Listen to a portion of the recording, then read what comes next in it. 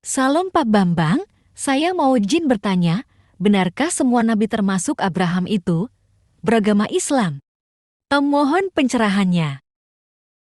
Assalamualaikum warahmatullahi wabarakatuh. Nah, saudara-saudara, tatkala kita membahas mengenai heboh dari ceramah Profesor Moses Sharon, ada 3 hal yang waktu itu saya urai. Yang pertama adalah mengaburkan normativitas dan historisitas agama.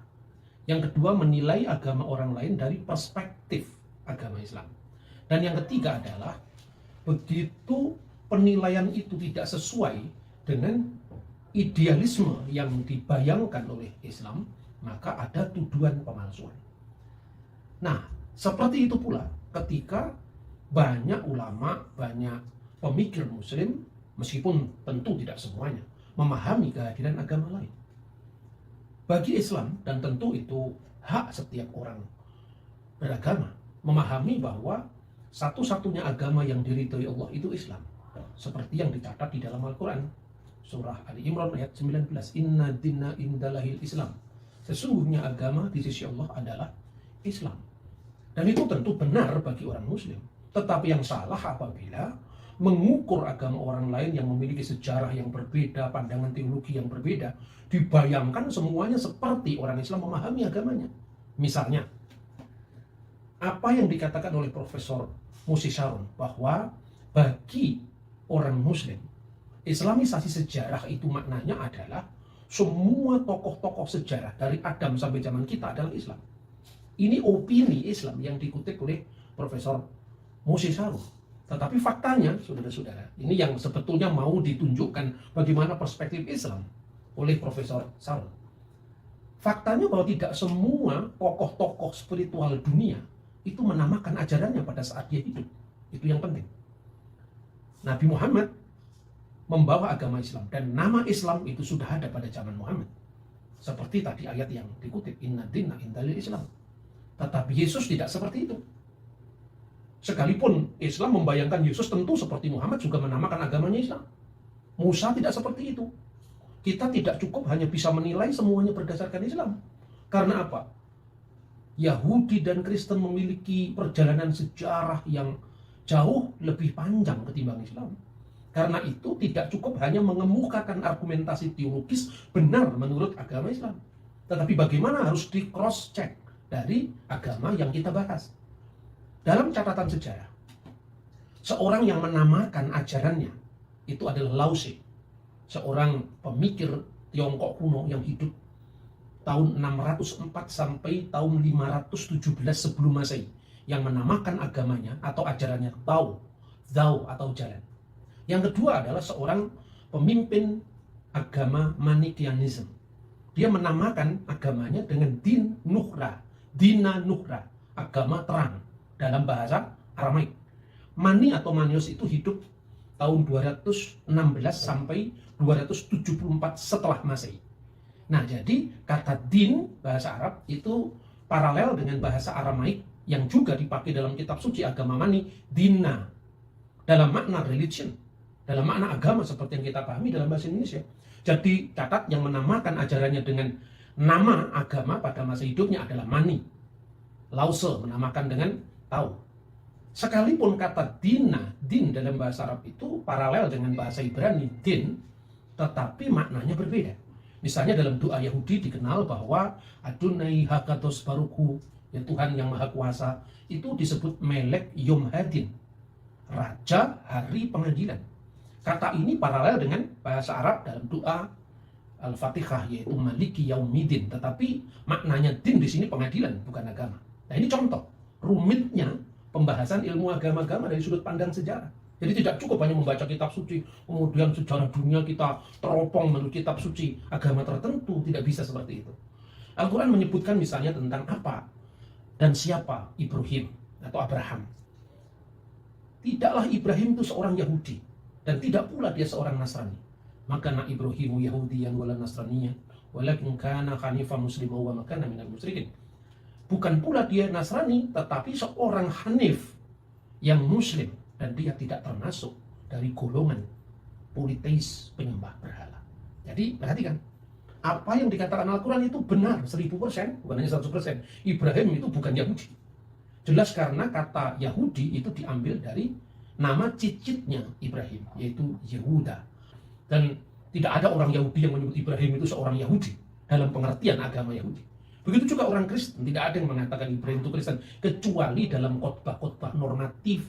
Misalnya, jadilah Kristen Abraham, jangan jadi Kristen Lot. Bukan berarti pada zaman Abraham sudah ada agama Kristen. Ketika pendeta bicara seperti itu, artinya jangan kamu menjadi seorang Kristen yang sifatnya seperti Lot, tapi hendaklah kamu menjadi seorang Kristen yang sifatnya seperti Ibrahim. Bukan berarti Pak Pendeta lagi mengajarkan bahwa pada zaman Ibrahim ada agama Kristen. Nah sekarang kalau Ibrahim bukan Yahudi itu pasti, bukan Nasrani, ya lebih pasti lagi. Karena nama Kristen atau Nasrani itu dikaitkan dengan Yesus orang Nazaret atau pengikut Yesus yang adalah Kristus. Itu abad pertama Masehi. Abraham hidup tahun 1900 sebelum Masehi, tentu tidak mungkin beragama Yahudi dari agama keturunannya atau dari nama dari cicitnya sendiri. Begitu juga Kristen, itu baru abad pertama 1900 tahun setelah Abraham. Nah, kalau Abraham bukan Yahudi, yes, betul. Abraham bukan Nasrani, pasti betul. Apalagi Islam. Nah, pola pikir yang pertama Abraham bukan Yahudi, bukan Nasrani, ini historis. Tapi ketika seorang mengatakan Ibrahim agamanya Islam, itu historis. Karena kalau Yahudi saja bukan, kalau Kristen dari abad pertamanya bukan, apalagi Islam yang lahir dari abad ke-7. Ini pengaburan antara historisitas dan normativitas dari agama tadi. Oke, sekarang bagaimana sesungguhnya jejak-jejak agama Yahudi dan Kristiani dalam catatan sejarah? Saya tidak harus mengutip kitab suci saya, karena Anda kan tidak percaya dengan Alkitab. Saya harus mengutip fakta sejarah yang kita sepakati bersama. Tatkala Anda membaca Quran, yang percaya cuma Islam. Tatkala Anda membaca Bible, yang percaya cuma Kristen dan Yahudi. Untuk perjanjian lama Yahudi, untuk perjanjian lama dan baru Kristen. Mari kita buka catatan sejarah hukum.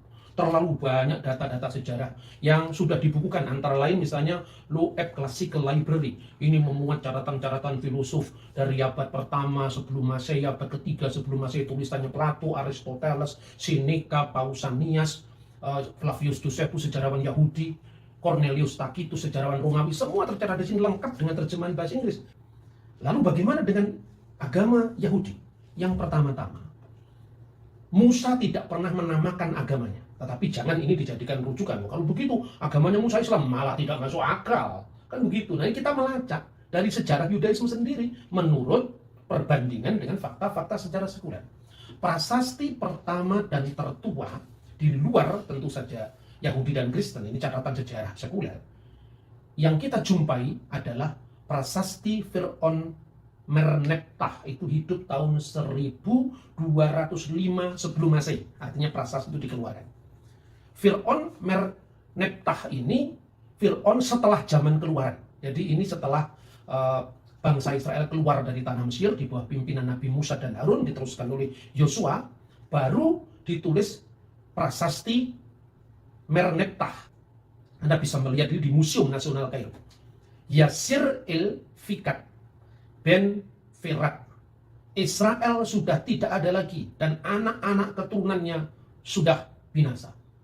Berarti pada saat Merneptah itu mengeluarkan prasastinya, Israel sudah tidak ada lagi di Mesir.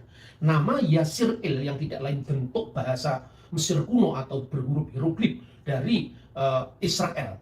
Ini membuktikan bahwa Alkitab itu mencatat sejarah yang bersesuaian dengan prasasti yang ditemukan di Mesir kuno ini. Dan bahwa waktu itu tidak ada dalam kitab Taurat mulai dari Sefer Bereshit, Sefer Elisimot, Sefer Wayikra, Sefer Bamidbar sampai Sefer Elihadibarim. Mulai dari kitab Kejadian sampai Ulangan. Tidak ada yang mengatakan Musa bersabda, sesungguhnya aku telah membawa agama Islam. Tidak pernah ada. Jadi bedakan antara angan-angan teologis dengan fakta historis. Nah, itu artinya apa? Bahwa kata Yasir-El atau kata Israel dalam bahasa Arab atau Yisrael dalam bahasa Ibrani itu tidak hanya berarti entitas kebangsaan, entitas kesuku bangsaan, tetapi keseluruhan dari komunitas, baik itu agama maupun komunitasnya. Itulah yang disebut dengan Israel. Dan nama Yahudi memang harus diakui itu baru muncul kemudian. Kemudian prasasti kedua, itu prasasti yang ditemukan di Yordan, prasasti Batu Moab. Kira-kira tahun 850 sebelum Masehi. di mana di sana jelas-jelas disebutkan nama Raja Israel setelah zaman Raja Salomo, setelah zaman Nabi Sulaiman dalam bahasanya umat Islam. Ketika Israel sudah terpecah menjadi dua, Israel utara yang berpusat di Samaria, dan Israel atau Yehuda selatan yang berpusat di Yerusalem. Di mana dalam prasasti Moab itu telah disebutkan tentang nama Raja Israel di wilayah utara, yaitu Omri Melek Yisrael. Omri Raja Israel. Karena dalam prasasti ini diperhadapkan antara penyembahan terhadap dewa bangsa Moab, yaitu dewa Kamos, yang dihadap-hadapkan dengan Tuhannya orang Israel, ya Adonai Elohim Baruchu, yang disebut dengan nama YHWH di sana. Bacaannya kita tidak tahu seperti apa. Artinya di situ ada kompetisi keagamaan, dan itu tercatat juga dalam Alkitab. Cuma dalam pandangan Alkitab berbeda dengan visi yang diberikan oleh pihak lawannya bangsa Israel, yaitu orang-orang Moab. Perhatikan, tahun 850 sebelum Masehi ditemukan kata Yisrael pada kalimat Omri Melek Yisrael, yang berarti entitas kebangsaan, kenegaraan, sekaligus Tuhan sembahannya. Maka dihadapkan antara Kamos, dewa Kamos, dan Tuhan bangsa Israel, yaitu Adonai Elohim Baruchu. Adonai, terberkatilah namanya, terpujilah namanya. Lalu ketika bangsa Israel menyebut nama Raja Daud, tidak hanya dalam Alkitab nama itu disebut, tetapi ada dalam prasasti Teldan yang berasal dari kurang lebih tahun yang sama, 850 sebelum Masehi. Istilah Bet David, rumah Daud, yang tidak lain adalah wilayah Raja Daud. Nah, baru pada masa Makabe, kira-kira pada abad kedua sebelum Masehi, ditemukan catatan pertama bahwa orang-orang Israel mulai menyebut agama mereka, katakanlah kalau itu disebut religion, tapi paling tidak menyebut perilaku hidup, gaya hidup mereka ketika berhadapan dengan kaum Helenis, kaum Yunani. Mereka menegaskan diri sebagai seorang Yahudi. Nah, kata Yahudi mulai muncul di sana. Jadi kata Yahudi itu bergaya hidup seperti Yehuda, seperti suku Yehuda. Maka muncul kata Yahudut, yaitu Judaism, sebagai kontras cara hidup, gaya hidup yang berbeda dengan kaum Yunani atau kaum Helenis. Jadi jelas memang agama Yahudi tidak pernah mengklaim bahwa agamanya dinamakan seperti itu dari zamannya Musa, apalagi dari zamannya Ibrahim. Itu tidak betul. Itu catatan sejarah. Lalu bagaimana dengan kekristenan? Ibrahim bukan seorang Yahudi, sudah saya jelaskan entitas keagamaan Yahudi dan perjalanan sejarahnya menurut prasasti-prasasti di luar Alkitab. Bagaimana dengan kekristenan? Nah, Yesus pun juga tidak pernah berkata, ikutilah agama Kristen, ini agama yang paling sempurna. Tidak pernah ada. Terminologi seperti itu hanya muncul pada agama Manikianisme yang menyebut agamanya Dina Nuhra, agama terang, dan Islam. Tapi tidak pernah muncul pada sosok historis Musa, sosok historis Daud, sosok historis Yesus, tidak pernah muncul. Nah, karena itu jelas saudara-saudara, saya pernah membaca tafsir Al-Qurtubi. Tafsir ini berbicara tentang komunitas Kristen awal, khususnya yang dikaitkan dengan Paulus. Nah, Qurtubi ini menuduh bahwa Pauluslah yang memalsukan ajaran Kristen. Itu baru abad pertengahan kan munculnya. Tetapi karena dalam tafsir-tafsir sebelumnya, Paulus itu sudah terlanjur dijadikan salah satu dari kelompok murid Yesus yang diutus ke Roma, maka Al-Qurtubi menulis ada dua Paulus. Paulus yang pertama, Paulus pengajar tauhid yang diutus Nabi Isa, dan Paulus kedua adalah Paulus pemalsu ajaran Yesus. Agama tauhid yang diajarkan oleh Nabi Isa katanya itu bertahan sampai 81 tahun setelah kenaikan Nabi Isa ke langit. Nah, sekarang tinggal dihitung saja kan. Catatan sejarah menurut Talmud Yahudi, menurut Flavius Josephus, menurut Tacitus, banyak ahli-ahli sejarah abad pertama mengatakan bahwa Yesus Kristus itu disalibkan pada masa pemerintahan Kaisar Tiberius di bawah wali negeri yang namanya Pontius Pilatus. Clear jadi sekarang. Jadi kalau di dalam Alkitab memang tercatat bahwa pengikut Yesus untuk pertama kali misalnya disebut Kristen, bahasa aslinya Kristianos dalam Kisah Rasul 11 ayat 26, ya itu memang fakta sejarah. Begitu juga ketika Kisah Para Rasul misalnya Pasal 24 ayat 5 yang menyebut bahwa Paulus adalah seorang tokoh dari sekte orang Nasrani. Perhatikan. Tiston Nasarayon Airesios. Airesios itu artinya heresi. Jadi tuduhan orang di luar kekristenan bahwa Paulus adalah pemimpin heresi Nasrani. Jadi kata ini muncul memang setelah zamannya Yesus. Tetapi memang Yesus tidak pernah membawa ajaran agama, apalagi agama yang namanya Islam. Ini sungguh pola-pola pikir yang ahistori, tidak bisa dicocokkan dengan sumber sejarah manapun juga. Nah sekarang bagaimana? Paralel dari catatan Alkitab bahwa Paulus disebut sebagai pemimpin sekte Nasrani. Kira-kira pada tahun 90 Masehi, orang-orang Yahudi yang mereaksi penolakan mereka terhadap kekristenan, mereka melakukan sidang atau muktamar atau konsili di kota Yamnia, letaknya dekat Tel Aviv, tahun 90 Masehi. Lalu mereka menambahkan di dalam doa mereka yang dikenal dengan Simoneh Esrech 18 Benedictus 18 berkat. Di dalam 18 berkat itu ditambahkan atau disisipkan yang disebut birkat haminim, birkat bagi orang-orang sesat. Lalu muncul kata nosrim di sana. Ini tahun 90 Masehi. VH nosrim, VH minim, kirega, yefedu, yimehu misefer hakayim, vim sadikim al-yiktab. Hendaklah orang-orang nosrim, VH minim, orang-orang sesat yang lain, kirega, yafedu, yimehu misefer hakayim, segera binasa dan namanya terhapus dari Sefer Hakayim, kitab kehidupan, dalam catatan kitab kehidupan, bersama dengan orang-orang yang benar. Vim sedikim al-yiktabu, dalam catatan orang-orang yang benar. Itu tahun 90 Masehi. Jadi artinya kalau 33 waktu Yesus disalibkan dan kemudian naik ke surga, katakanlah kalau Islam tidak percaya ke penyaliban, meskipun itu fakta sejarah semua clear, tidak baca Alkitab pun Yesus disalib, katakanlah kenaikan ke surga tahun 33 ditambah 81 seperti dugaan Al-Qurtubi tadi, berarti ketemu angka tahun 114 Masehi. Baru saat itu ada namanya agama Nasrani. Nah ini tahun 90, fakta sejarah mencatat bahwa muktamar Yahudi di kota Yabne sudah menyebut orang Kristen dalam kutukan mereka yang mereka sebut sebagai orang-orang Nosrim atau Nesarim atau pengikut Yesus dari Nazaret. Nah, satu angka lagi perlu Anda catat. Sebelum tahun 114, 33 plus 81 tadi, Cornelius Tacitus, tahun 95, ini sebelum tahun 114, nama Kristen sudah muncul di sana.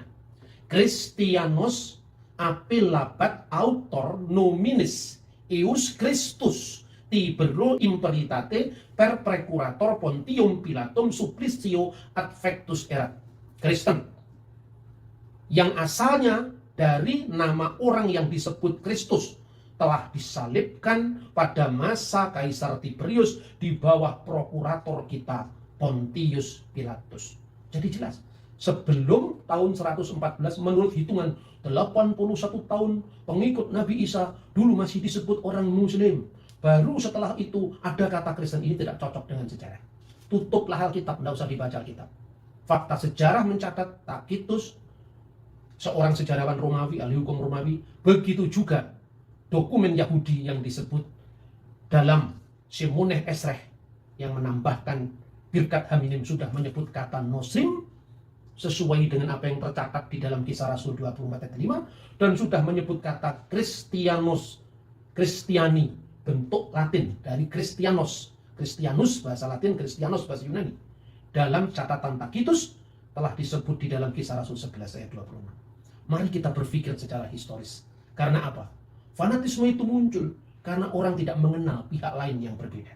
Mari kita mengenal agama secara historis. Karena apa?